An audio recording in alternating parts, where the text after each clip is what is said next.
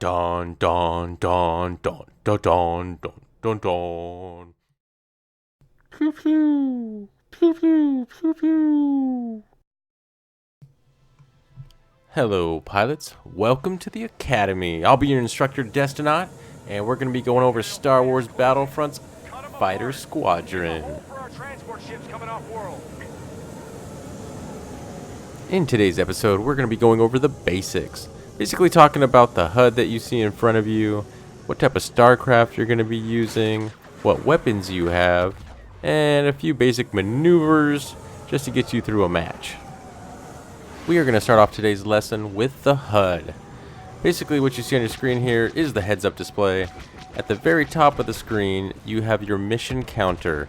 Now it's going to be a 10-minute counter. Matches will last that long, but probably be a little bit shorter than that because you also have a score limit.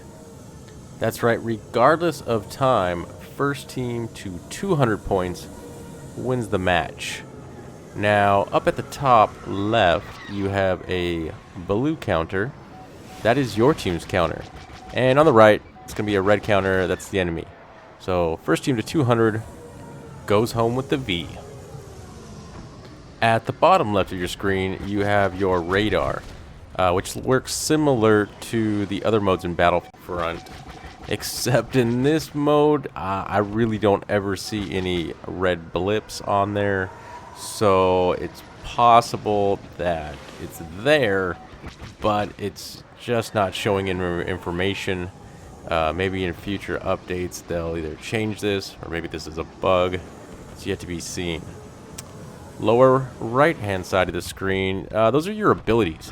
As you can see, they're marked LB and RB. Those correspond to left bumper, right bumper. I'm playing on the Xbox One, so on the PS4 those might be slightly different. When you are playing as a rebel, left bumper, that's going to give you your shield. Basically, both rebel craft, which are the X-Wing and A-Wing, you can turn on a shield for a small amount of time. Now, it is on a counter, so when you use it, there is a cooldown. So you can't just spam shields all day long, folks. When you're playing as Imperial craft, which is the TIE Fighter and TIE Advanced, you actually have a speed boost.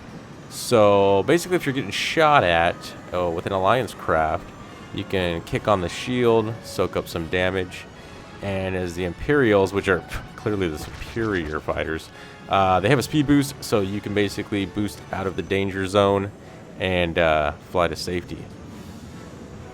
The right bumper, that is going to be, if you're an X-Wing, your Proton Torpedo, and if you're an A-Wing, TIE Interceptor, or TIE Fighter, your Concussion Missiles.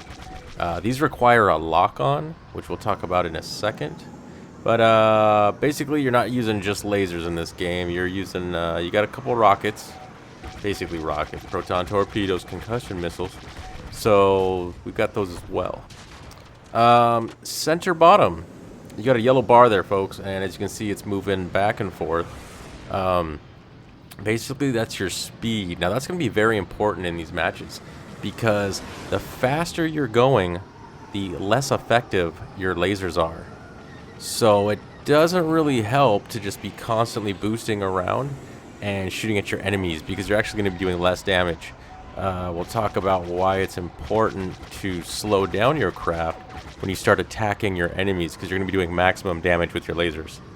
And right below that, there's that white bar. That is your hull. As you can see, I'm at 100% right now. You start taking damage, you're actually going to go down to 0 and kaboom. Other things to look for on the battlefield are the tokens. Now you can see little white indicators there pointing to the ground. We got 3 tokens on the map. We have refresh tokens, which actually refresh your abilities faster. We've got repair tokens, which increase your hull if it's damaged.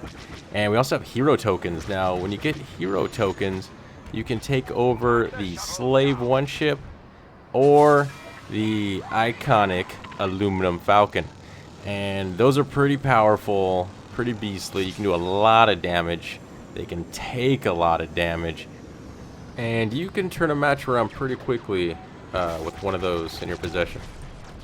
You're also going to have transport ships that are coming in during the mission. If it's your transport ship, you have to defend it. If it's an enemy ship, you actually have to take it out. These are going to give you massive points. I would highly recommend going after these when you see them. Like I said, either you're going to be defending yours or taking out an enemy transport shuttle. Again, you can really turn the tide of battle by either defending or taking out one of these transport ships. Alright pilots, that concludes our basics. Not too much to it. It's a pretty simplified version, I'd say, of a flight simulator. It really reminds me of the old Rogue Squadron games on the GameCube and even N64. Very fun to play. Like I said, matches don't last more than 10 minutes, so you can get in, get out, get your fix. It's a good time. That's going to be it for the first episode of the Academy. Join us for more episodes. We're going to be talking controls, advanced maneuvers, the buddy system, and a lot more to come. Hey guys, thanks for watching. This has been Destinaut. If you want to contact me, you can hit me up on Twitter at DestinatTLC. Also, don't forget to like and subscribe. Leave a comment. Tell me what you think. Tell me what you'd like to see. And don't forget to hit up thelootcave.com. N64 Josh has got all kinds of cool stuff over there. A lot of content creation stuff. He's got a new book out, which goes over how to be successful at Twitch. That's going to be ebook. And also, you can have him read it to you if you like. So, thanks for watching, guys, and we'll see you next time.